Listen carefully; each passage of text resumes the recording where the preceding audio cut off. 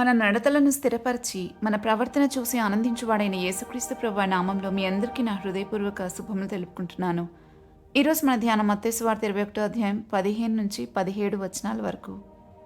15వ వచనాన్ని చూస్తే, కాగా ప్రధాన యాజకులను శాస్త్రులను ఆయన చేసిన వింతలు, దావీదు కుమారునికి జయమని దేవాలయంలో కేకలు వేచిన చిన్నపిల్లలను చూసి కోపంతో మండిపడి 16వ వచనంలో, వీరు చెప్పుచున్నది వినుచున్నావా అని ఆయనను అడిగిరి. అందుకు యేసు, వినుచున్నాను. బాలుర యొక్కయు చంటిపిల్లల యొక్కయు నోట స్తోత్రము సిద్ధింపచేసిన మాట మీరెన్నడూ చదవలేదా అని వారితో చెప్పి వారిని విడిచి పట్టణం నుండి బయలుదేరి బేతనియకు వెళ్ళి అక్కడ బస చేసినని 17వ వచనంలో మనం చూస్తాం. ఇక్కడ దావీదు కుమారునికి జయము అని రాయబడిన చోట జయము అన్న పదానికి ఫుట్నోట్స్లో మూల భాషలో హోసన్నా అని రాయబడింది. హీబ్రూ భాషలో దాని అర్థం ఇప్పుడే మమ్మల్ని రక్షించండి అని, సేవ్ us నౌ లార్డ్ అని అక్కడి వారు కేకలు వేస్తూ ఉన్నారు. దీనిని బట్టి, అంటే జనులు కేకలు వేయడాన్ని బట్టి మనకు అర్థమవుతుంది వారు ఎంత ఆతృతతో మెస్సయ్య కోసం ఎదురు చూస్తున్నారో. కానీ వారు రోమా ప్రభుత్వం నుంచి విడుదల చేసే మెస్సయ్య కోసం ఎదురు చూస్తున్నారు. ప్రభువేమో శత్రువైన అపవాది నుండి, పాపం నుండి, మరణం నుండి రక్షించడం కోసం వచ్చారు. అదే ఆయన అనాది సంకల్పం కూడా. దేవుని మనసేంటో వారు అర్థం చేసుకోలేకపోయారు. ఆయన మాట్లాడే ప్రతి మాటను కేవలం భౌతికంగానే తీసుకున్నారు. వారి కళ్ళ ఎదుట జకర్యా పుస్తకం 9వ అధ్యాయం 9వ వచనంలోని ప్రవచనం నెరవేరుతున్నా వారు ఆత్మీయమైన గుడ్డితనంతో ఉన్నారు. కానీ చిన్నపిల్లలైతే వారు ఎక్కువగా ఆలోచించకుండా యేసుక్రీస్తుని కొనియాడుతూ ఉన్నారు. ఇక్కడ శాస్త్రుల పరిచయుల తత్వం ఎలా ఉంది అని నేను అనుకుంటానంటే, మెస్సయ్య వస్తే వాళ్ళకే ముందు తెలియాలి, వాళ్ళే డిక్లేర్ చేయాలి, వాళ్ళు చెప్తేనే ఆయనను మెస్సయ్యగా గుర్తించాలి అనే తత్వం అక్కడ కనబడుతుంది. వారంతా ఆత్మీయ అంధత్వంలో ఉన్నారు. కాబట్టి వారు అక్కడ ప్రవచనం నెరవేరుతున్నా గుర్తించలేదు. వారు ఒప్పుకోని వారిని ఎవ్వరూ ఒప్పుకోకూడదు అన్నది వారి అభిప్రాయం. అందుకే చిన్నపిల్లల గురించి వారు దావీదు కుమారునికి జయము అని యేసుప్రభుని గురించి పలుకుతున్నారు. కాబట్టి వారి మీద కోపంతో మండిపడిపోయారు. ఈ రోజుల్లో సంఘాల్లో కూడా చూస్తాం, దేవుడు తన గురించి ఎంతో దీనంగా ఉన్న విశ్వాసులకు సంఘం యొక్క పరిస్థితులను బయలుపరుస్తూ ఉంటారు. సంఘపు పెద్దలు దాన్ని ఒప్పుకోరు. ఎందుకంటే వాళ్ళు అనుకుంటారు దేవుడు మాట్లాడితే మా ద్వారానే మాట్లాడాలి, కానీ వీళ్ళతో ఎందుకు చెప్తారు అని. కానీ నేనంటాను, దేవునికి కూడా క్రమాన్ని పాటించడం ఆయనకు ఎంతో ఇష్టం. తప్పకుండా ఆయన అయితే క్రమంలోనే చేస్తారు ఏ పనైనా. సో ఆ క్రమం ప్రకారం చెప్పవలసిందైతే ముందు సంఘ పెద్దలకే, దాని కాదని ఎవరు అనరు. కానీ సంఘ పెద్దలు ఎప్పుడు బయట పనులతో బిజీగా ఉండి ఇంకా దేవుని దగ్గర కనిపెట్టుకుని వినే తీరిక వారికి లేదు గనుక సంఘంలో దీనులైన వారు అనుదినం ఆయన గడప యుద్ధ కనిపెట్టుకునే వారితో ప్రభు ఆయన సంగతులను బయలుపరుస్తూ ఉంటారు. అలా తెలియచేసినప్పుడు ఆ దీనులను ఈ సంఘ పెద్దలు తృణీకరిస్తారు. ఆనాడు యేసయ్యతో జరిగిందే నేడు సంఘాలలో కూడా అలాగే ఈనాడు జరుగుతుంది. అందుకే ప్రభు అన్నారు 18వ అధ్యాయం 3వ వచనంలో ఈ మత్తయి సువార్తలోనే, మీరు మార్పు నుండి బిడ్డల వంటి వారైతేనే గాని పరలోక రాజ్యంలో ప్రవేశింపరని మీతో నిశ్చయముగా చెప్పుచున్నాను అని. ఈ ధ్యాన భాగంలో పిల్లలు ఇలా స్తుతించడం కీర్తన 8వ అధ్యాయం 2వ వచనంలోని వాక్యం యొక్క నెరవేర్పుగా మత్తయి రాస్తూ ఉన్నాడు. ఇంకా ఆ తర్వాత యేసుప్రభు వారు వారిని విడిచి పట్టణం నుండి బయలుదేరి బేతనియకు వెళ్ళి అక్కడ బస చేసిన చదువుతాం. బేతనియలో అక్కడ తనను ఎంతో ఇష్టపడే మార్తా, మరియా, లాజరు ఉన్నారు. ప్రభు వారితో ఒకరోజు అక్కడ గడిపినట్లుగా మనం చూస్తాం. ఆయన తనను తృణీకరించిన వారి దగ్గర నుండి వెళ్ళిపోయి తనను సంతోషంగా ఆహ్వానించి కోరుకునే వారి దగ్గరకు ఆయన చేరుకోవడం చూస్తాం. అంతేకాదు, ఈ మరియా ఆయనకు అత్తరు పూసి ఆయనను పాతిపెట్టు దినమునకు సిద్ధపరిచినట్లుగా మనం యోహాను సువార్తలో 12వ అధ్యాయంలో చదువుతాం.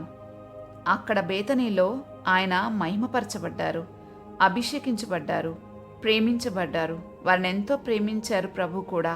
అలాగే వారు కూడా తిరిగి ఆయనను ప్రేమించారు.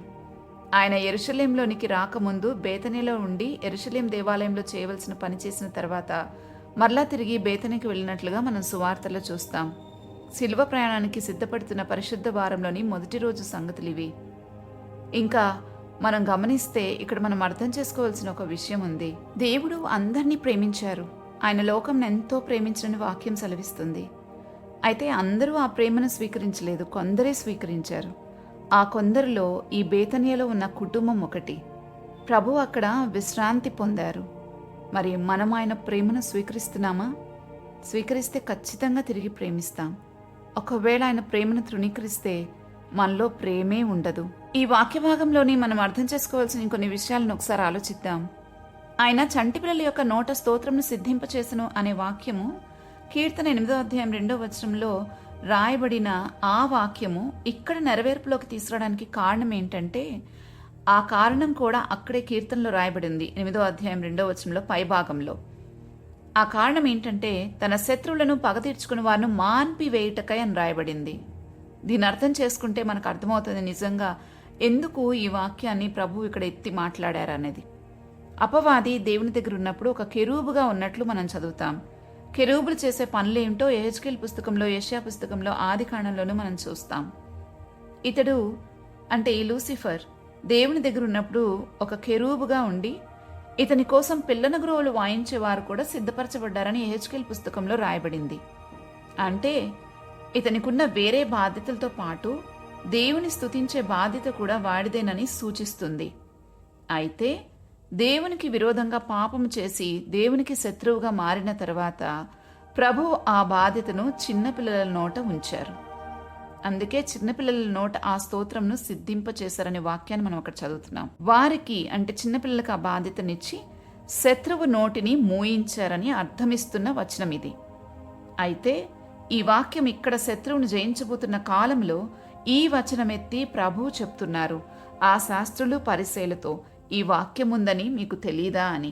దీన్ని బట్టి మనకు అర్థమవుతుంది దేవుని స్తుతించడం ఎంత గొప్ప విషయమో అని. అపవాది నోరు మూయించడానికి మనకు ఇవ్వబడిన ఆయుధం అది. వాటితో ప్రభువే ఒక దుర్గాన్ని స్థాపిస్తారు. మరి మీకు దుర్గం స్థాపించబడిందా?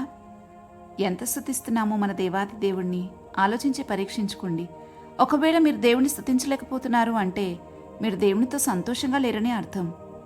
ఈ విషయం మీ గురించి నిజమైతే కృంగిపోనవసరం లేదు.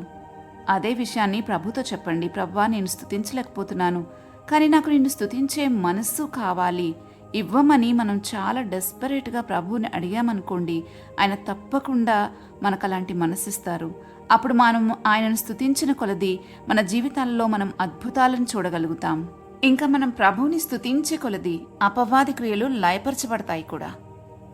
ఇక తర్వాత విషయానికి వస్తే, యెరూషలేములోని పెద్దలందరూ ఆయనను రిజెక్ట్ చేశారు, తృణీకరించేశారు. కానీ బేతనియాలోని ఒక కుటుంబం, ఆ ఊరు ఆయన విశ్రాంతి పొందుకునేలాగా ఆయనను ఆహ్వానించుకున్నారు. మన దగ్గర ఎంతో జ్ఞానం, పలుకుబడి, ధనం, హోదా ఉండొచ్చు, కానీ ప్రభు చూసేది చిన్న పిల్లల వంటి మనసు మన దగ్గర ఉందా అని. ఆయన పాదాల దగ్గర ఉండి ఆయన చెప్పినవన్నీ వినే మనసు, ఆయన మనసు తెలుసుకుని ఆయనకు పరిచారం చేయగలిగే విధంగా మనం ఉన్నామా అని ఆయన చూస్తారు. ఆయన పాదాలకు అత్తర పూసి ఆయన భూస్థాపనకు ఆయన అభిషేకించినట్లుగా మరియను చూసి ఆమెను గురించి ప్రభు చాలా గొప్ప సాక్ష్యం ఇచ్చారు. వీటినంటిని బట్టి మనకు అర్థమవుతుంది మనం ఎంత దగ్గరగా ఉన్నామా లేదా ఎంత దూరంగా ఉన్నామా అని. ఒకవేళ దూరంగా ఉన్నామని గ్రహిస్తే దగ్గరగా జరగటానికి ప్రయత్నం చేద్దాం. చిన్నపిల్లల మనస్సు కలిగి ఆయనను స్తుతిస్తూ ఆయన పాదాల దగ్గర మనం ఉంటే నిజంగా మన జీవితం చాలా అద్భుతంగా ముందుకు కొనసాగుతుంది. ప్రార్థించుకుందామా? మా తండ్రి, ఈరోజు మాతో మాట్లాడిన మాటలను బట్టి మమ్మల్ని మేము పరీక్షించుకొనగా మా స్థితి ఏంటో మాకు అర్థమవుతుంది. మేము మీరు అనుకున్నట్లు ఉండలేకపోయినా మీరు మమ్మల్ని రిజెక్ట్ చేయలేదు. అందుని బట్టి మిమ్మల్ని ఎంతగానో స్తుతిస్తున్నాం. మీరేమై ఉన్నారో దానిని బట్టి ప్రతిరోజు మిమ్మల్ని స్తుతించడానికి మాకు సహాయం చేయమని మిమ్మల్ని ఎంతో బ్రతిమాలుతున్నాం ప్రభువా. స్తుతించే మనసు మాలో కలిగించండి ప్రభువా. లోకంలోని అనేకమైన వాటి కోసం ఎంతో సమయాన్ని వెచ్చిస్తాము, కానీ నిన్ను అర్థం చేసుకోవటానికైతే అస్సలు సమయం పెట్టం. ఇంకా మీరు మాకేమిస్తారో వాటిని గురించి ఆలోచిస్తాం, కానీ మీ మనసును అర్థం చేసుకోవడానికి ప్రయత్నించం. ప్రభువా, మమ్మల్ని క్షమించి మీరిచ్చే ప్రేమను ముందుగా రిసీవ్ చేసుకోవడానికి సహాయం చేయమని, మమ్మల్ని మీ స్వారూప్యంలోకి మార్చమని వేడుకుంటున్నాం. ఈరోజు అంతటిలో మీ కృపాక్షేమాలు మాకు దయచేయమని యేసుక్రీస్తు ప్రభువా నామంలో అడిగి వేడుకుంటున్నాము తండ్రి. ఆమెన్. రేపటి ధ్యానంలో మరలా తిరిగి కలుద్దాం. అంతవరకు దేవుని కృప మనందరికీ తోడై ఉండును గాక. ఆమెన్.